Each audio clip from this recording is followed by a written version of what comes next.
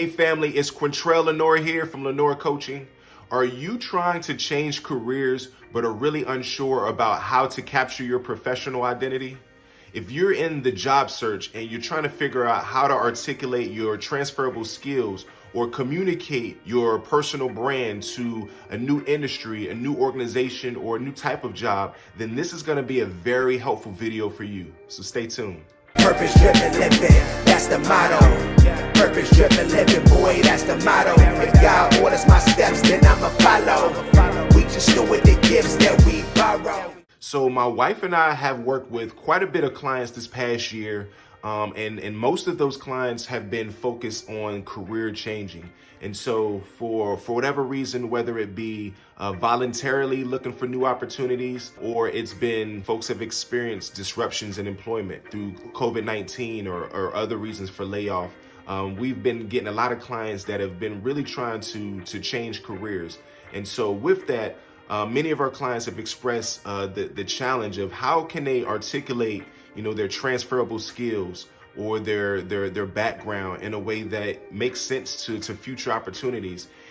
It's kind of challenging because a lot of folks are experiencing sort of imposter syndrome and feeling like they're inadequate to do a certain job, or being apprehensive to apply for certain jobs because they don't think that they measure up. So whether they don't think that they have the amount of experience that they need for a job, or the right skill set, or the right background, they sort of feel apprehensive to pursue those routes. And so when it comes to changing careers, transferable skills becomes one of those common challenges. So along with your transferable skills, when you're thinking about changing careers, another consideration is your personal brand. So when you think about your personal brand, this is a combination of what makes you you innately, right? When you think about your personal mission or your values, these are things that often people really can't see, but it makes you who you are. On the flip side of personal brand, you do have the work that you do, your reputation, the impression that you make, a combination of your personality. These are things that people can see, right? So this becomes a huge part of your personal brand.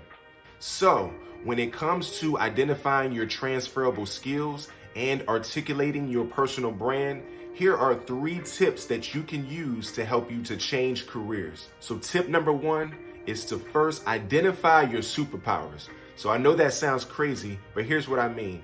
You need to identify your skills, you need to identify your accomplishments, and identify what folks have said that you're good at. So when you think about your skill set and the things that you're good at, these are going to be the foundation for you to be able to articulate who you are, the value you bring, and your overall personal brand. So when I think about me, I've changed careers twice. So when I graduated college, I was a strength and conditioning coach. I've since gone on to be a career coach within higher education, but now I've transitioned out of higher education into state government. So when I think about all of the career changes that I've personally made, relationship development has been a firm foundation for me. So I haven't leveraged the strength and conditioning and weightlifting and fitness aspect throughout my career, and those are very technical skills, but I've always leaned into developing and cultivating relationships. So figure out what your superpowers are. It doesn't have to be a list of 100.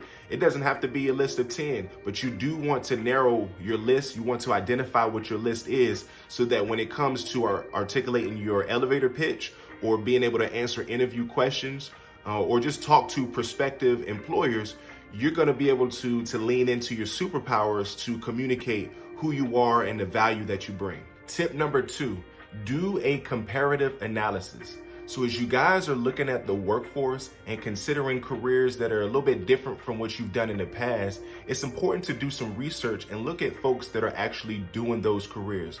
For example, if you're interested in changing careers from higher education or K-12 to something that's related to maybe recruiting or training and development, instructional design, or human resources, make sure that you take a good look at folks that are in those career pathways. What I would personally do is take a tool like LinkedIn and look at maybe 5 or so folks that are in those respective careers and compare it. What you're looking for is trends.